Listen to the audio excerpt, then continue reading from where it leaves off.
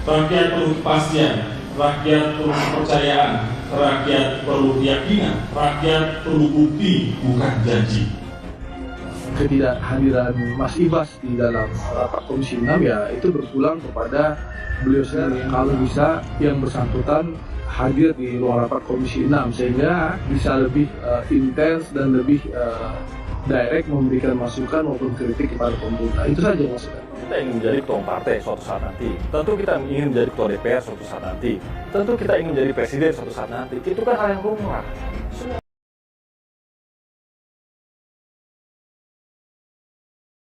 Bagaimana ketika itu zaman dari kita Pak SBY selama 10 tahun, ekonomi kita meroket, APBN kita meningkat, utang dan defisit kita terjaga, pendapatan rakyat naik, tingkat kemiskinan dan pengangguran yang menurun. Kami lihat dari penjualan makanan, minuman, dan tembakau. Jadi melambatnya penjualan makanan dan minuman dan tembakau masih lebih baik saat era Presiden Jokowi. Lagi-lagi ini skor plus untuk perlambatan di era Jokowi. Artinya lagi-lagi satu skor lagi bertambah untuk perlambatan ekonomi di era Jokowi. Jokowi 3, SBY 0. Lagi-lagi, data berbicara, masih lebih baik perlambatan ekonomi di era Presiden Jokowi setidaknya dilihat dari penjualan mobil. Skor 4-0 untuk Jokowi.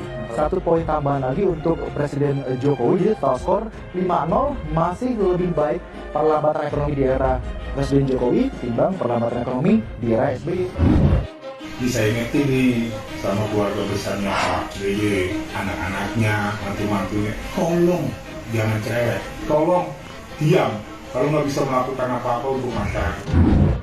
Paparan saya ini The Centennial Journey menuju negara maju 2045. Lalu bagaimana dengan kondisi perekonomian kita?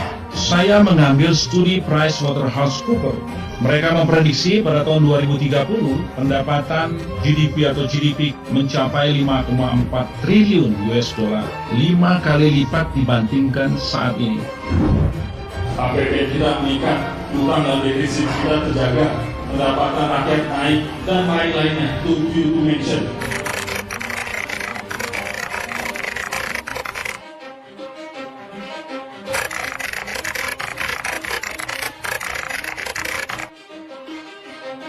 Dan pada tahun 2050 meningkat 2 kali lipat kembali menjadi 10,5 triliun US dollar.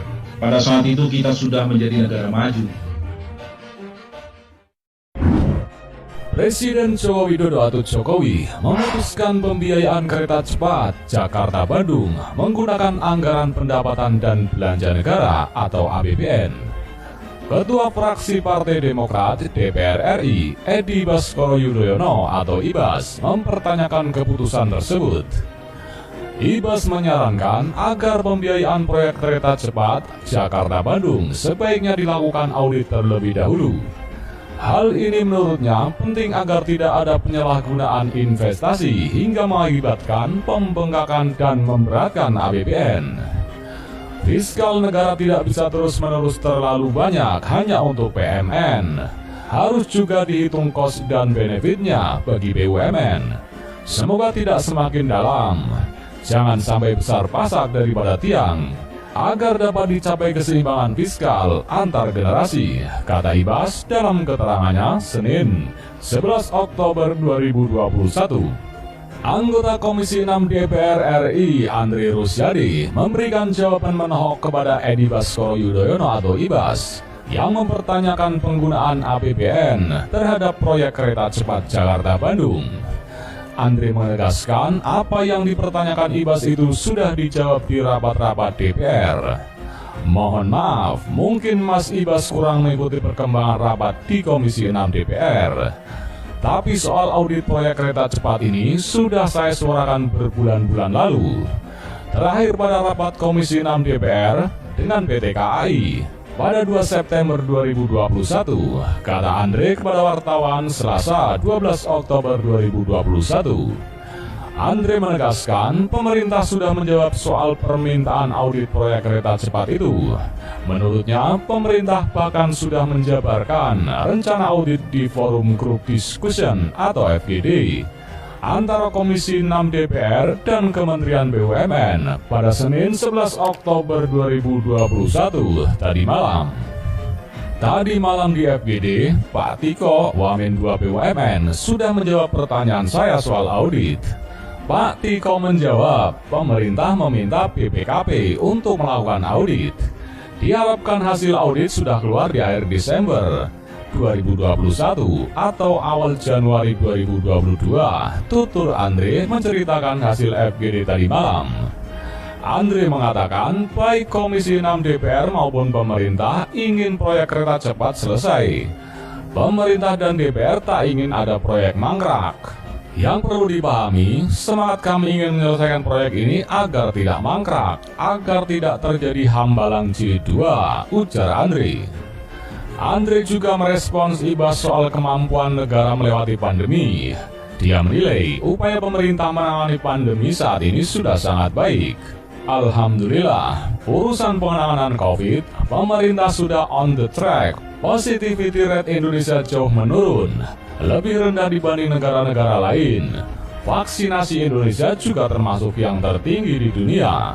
Saya rasa pemerintah sudah sangat serius mengatasi pandemi ini. Ulas Ketua Harian Ikatan Keluarga Minang ini. Pemerintah, masih kata Andre, juga sudah mengantisipasi gelombang ketiga. Sejumlah rumah sakit COVID modular sudah dibangun di daerah-daerah. Sebagai mitra kerja, saya juga meninjau langsung rumah sakit modular yang dibangun BUMN kita, tutur Andre. Lebih jauh Andre mengajak Ibas bekerja sama membawa Indonesia keluar dari pandemi. Dia menyinggung pernyataan Ibas soal violent nation. Kalau kita bekerja keras bersama, bukan hanya mencari kesalahan, insya Allah negara ini akan bangkit. Tidak akan jadi violent nation seperti yang ditakutkan Mas Ibas, pungkasnya. Sementara itu, Presiden Jokowi menaikkan peraturan Presiden atau Perpres nomor 93 tahun 2021 yang merupakan perubahan atas Perpres nomor 107 tahun 2015 tentang percepatan penyelenggaraan prasarana dan sarana kereta cepat Jakarta-Bandung. Ibas mempertanyakan rencana jangka panjang pemerintah dalam pembangunan infrastruktur. Saya ingin bertanya, apakah pemerintah tidak punya rencana jangka panjang seperti Master Plan Percepatan dan Perluasan Pertumbuhan Ekonomi atau MP3EI? Memang berganti nama, tapi hingga saat ini masih dipakai. Lalu apakah pemerintah punya fiskal dengan kemampuan besar? Kita tidak hanya butuh roadmap, tapi kita butuh roadmap yang berkelanjutan agar semua program terlaksana, ujar Waketum Demokrat itu. Ibas mengatakan pihaknya berharap Presiden Jokowi bisa meresmikan program prioritas pemerintah. Namun, impian Indonesia menjadi negara maju, katanya, juga harus tetap disertai sikap mawas diri dan penuh perhitungan.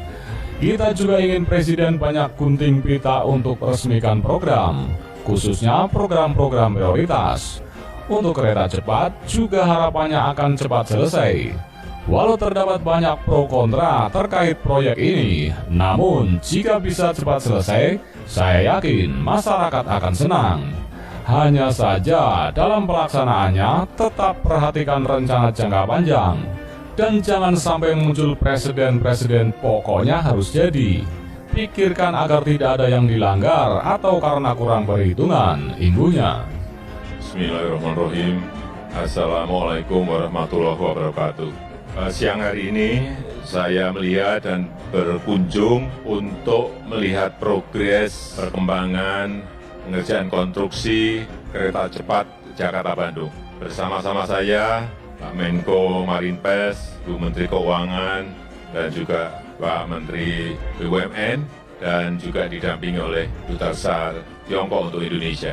Saya melihat progres sampai hari ini, tadi dilaporkan pada saya, telah selesai 73%. Dan nanti tahun depan awal sudah masuk ke persiapan untuk operasi.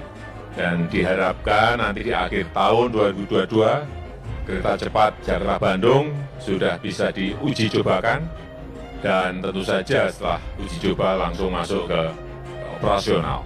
Saya berharap kereta cepat ini nanti bisa terintegrasi dengan LRT di Jakarta, dengan MRT di Jakarta, sehingga ada sebuah efisiensi waktu, kecepatan, dan kita harapkan ini menjadi sebuah daya saing, menjadi competitiveness bagi negara kita untuk bersaing dengan negara-negara lain. Kita berharap dari pembangunan kereta cepat ini ada transfer of teknologi, dan kita harapkan SDM kita mampu menangkap dan mengambil ilmu dari pembangunan kereta cepat Jakarta-Bandung, dan kita harapkan nanti apabila sudah diputuskan akan diperpanjang sampai ke Surabaya, kesiapan SDM kita sudah memiliki pengalaman yang Jakarta-Bandung. Saya rasa itu yang bisa saya sampaikan pada kesempatan yang baik ini. Terima kasih.